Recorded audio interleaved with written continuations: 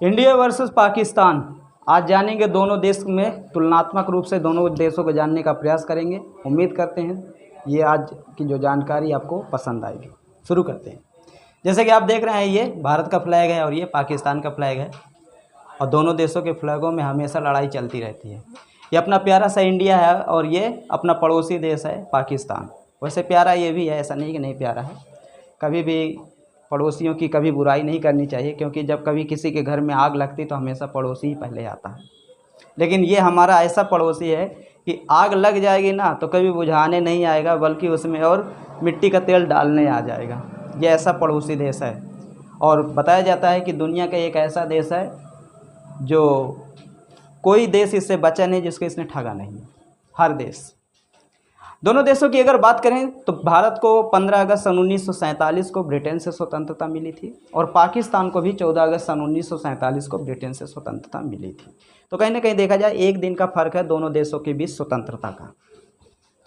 भारत के क्षेत्रफल की अगर हम बात करें तो 32,87,263 वर्ग किलोमीटर क्षेत्रफल भारत का है। और पाकिस्तान की अगर हम क्षेत्रफल की बात करें तो लगभग 8.5 लाख वर्ग किलोमीटर क्षेत्रफल पाकिस्तान का है। और मैं आपको बता दूं, क्षेत्रफल के हिसाब से भारत पाकिस्तान से बड़ा है और पाकिस्तान क्षेत्रफल में हमसे छोटा है। और आपको एक चीज़ और मैं बता दूं, जब पाकिस्तान क्षेत्रफल में हमसे छोटा है तो फिर हमें पाकिस्तान से तुलना नहीं करनी चाहिए, चाहे जीडीपी के मामले में हो और या किसी और चीज़ के मामले में हो, क्योंकि उसके पास ज़मीन हमसे कम है, उसके पास लोग हमसे कम हैं। पॉपुलेशन की अगर हम बात करें तो लगभग भारत के पास 140 करोड़ के से ऊपर की आबादी निवास करती है। वहीं पाकिस्तान की अगर बात करें तो यहाँ पर लगभग 25 करोड़ लोग निवास करते हैं और हमारे उत्तर प्रदेश से कम लोग हैं यहाँ पर।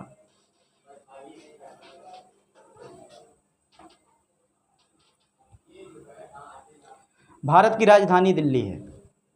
दिल्ली भारत का दिल है और पाकिस्तान की जो राजधानी इस्लामाबाद है। आप देख रहे हैं बेहद खूबसूरत शहर है, चारों तरफ इसके पहाड़ियाँ हैं। आप ये इस सड़कों से अंदाज़ा लगा सकते हैं कि कितना हाईटेक सिटी है।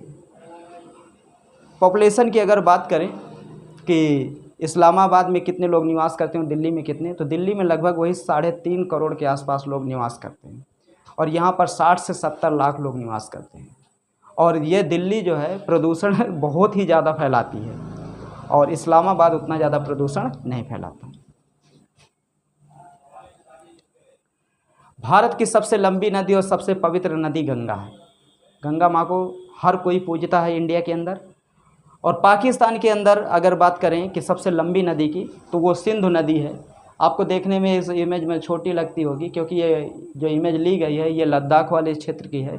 और उसके बाद जब ये सिंधु नदी पाकिस्तान के पंजाब और सिंध वाले क्षेत्र पहुँचती है ना, तो वहाँ पर इसका जो पाट है इसकी चौड़ाई काफ़ी ज़्यादा हो जाती है। और पाकिस्तान को पीने के लिए और सींचने के लिए, खेतों का खेती करने के लिए जो जल प्रोवाइड किया जाता है वो सिंधु नदी के द्वारा ही किया जाता है। तो कहीं ना कहीं देखा जाए पाकिस्तान में जो नदी रिवर सिस्टम है सिंधु नदी का, वो काफ़ी बड़ा है। और सिंधु नदी के तट पर ही दुनिया की सबसे पहली एक विकसित नगरीय सभ्यता का जन्म हुआ था, जो पाकिस्तान और इंडिया के बीच में। और गंगा की तो बात ही अलग है। ये लीजिए, भारत की रुपया, पाकिस्तान का भी रुपया। अगर मुद्रा दोनों देशों की बात करें तो भारत का भी रुपया है और पाकिस्तान की भी मुद्रा रुपया ही, लेकिन दोनों में अंतर है।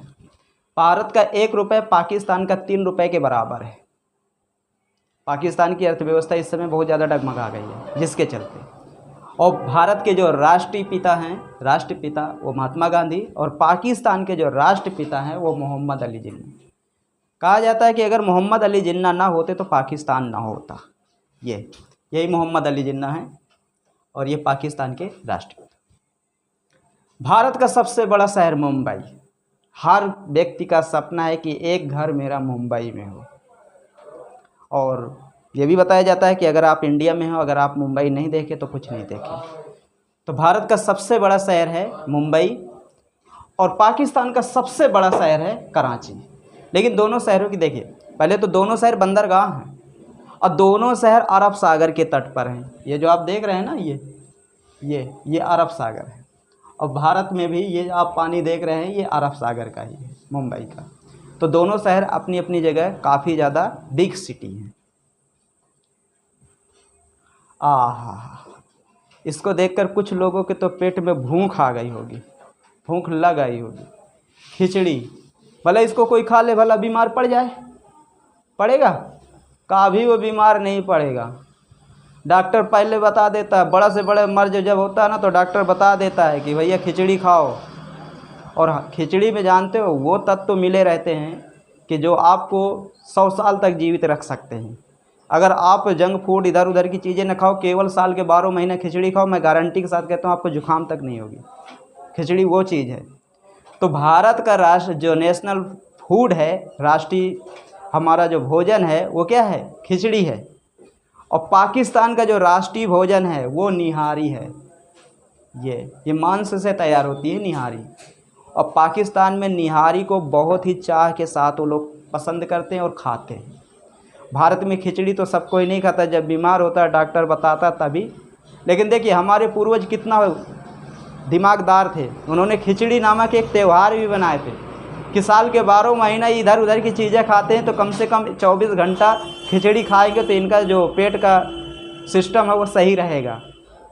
अब बताइए, मतलब साल के 12 महीनों में 1 घंटा 24 घंटा में अगर आप 4 बार भी खिचड़ी खा रहे हैं तो आपका पेट सही हो जाएगा। तो बताओ हमारे पूर्वज कितना ज़्यादा दिमागदार थे कि नहीं?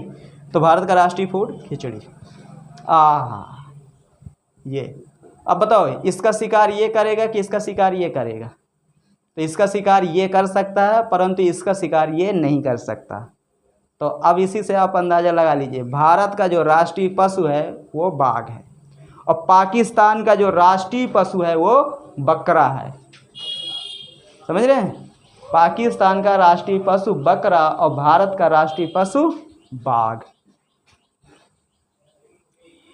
सैनिकों की अगर हम बात करें तो सैनिकों की बात में देखिए, ये हमारी इंडियन आर्मी है और ये पाकिस्तानी है। भारत के पास 14,55,000 के आसपास सैनिक हैं। वहीं अगर पाकिस्तान की बात करें तो 6,54,000 के आसपास पाकिस्तान के पास सैनिक हैं। तो कहीं ना कहीं देखा जाए सैनिकों के मामले में भारत पाकिस्तान से आगे है।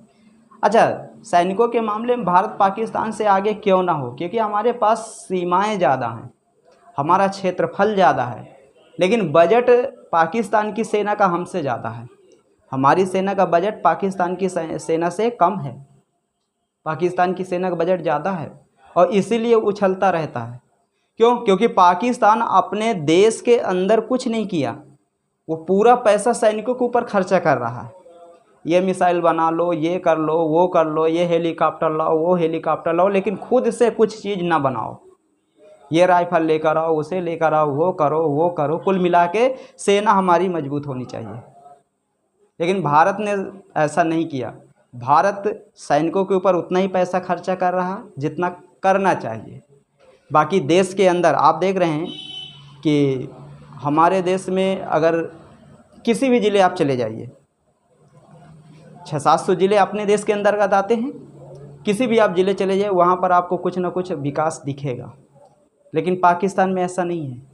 पाकिस्तान में कराची ले लो, इस्लामाबाद ले लो, पेशावर ले लो, रावलपिंडी ले लो, लाहौर ले लो, इन शहरों को ले लो, बाकी छोड़ दो। भारत के अधिकांश शहर विकसित की कैटेगरी के अंतर्गत आते हैं और पाकिस्तान के अधिकांश शहर विकासशील की कैटेगरी के अंतर्गत आते हैं।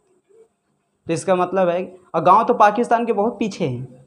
गांव में अभी भी वहाँ लाइट नहीं पहुँच रही। यहाँ तो अब लाइट 18 घंटा 20 घंटा तो मिल ही रही अपने यहाँ गाँव में, लेकिन पाकिस्तान में ऐसा नहीं है। आज भी पाकिस्तान बेहद गरीब देश है, बेहद। लेकिन हाँ, बताया जाता है पाकिस्तानियों का दिल कुछ का सफ़ा है, सबका नहीं। कुछ सही है, रुपया में 5%, 95% नहीं सही। भारत में 79% हिंदू धर्म का पालन लोग करते हैं और पाकिस्तान में 99% कह सकते हैं, 99% वहाँ पर इस्लाम धर्म का, मतलब मुस्लिम धर्म का पालन करते हैं। आप ये समझिए। तो ये थी भारत और पाकिस्तान के विषय में दोनों में तुलनात्मक जानकारी। उम्मीद करते हैं पसंद आएगी।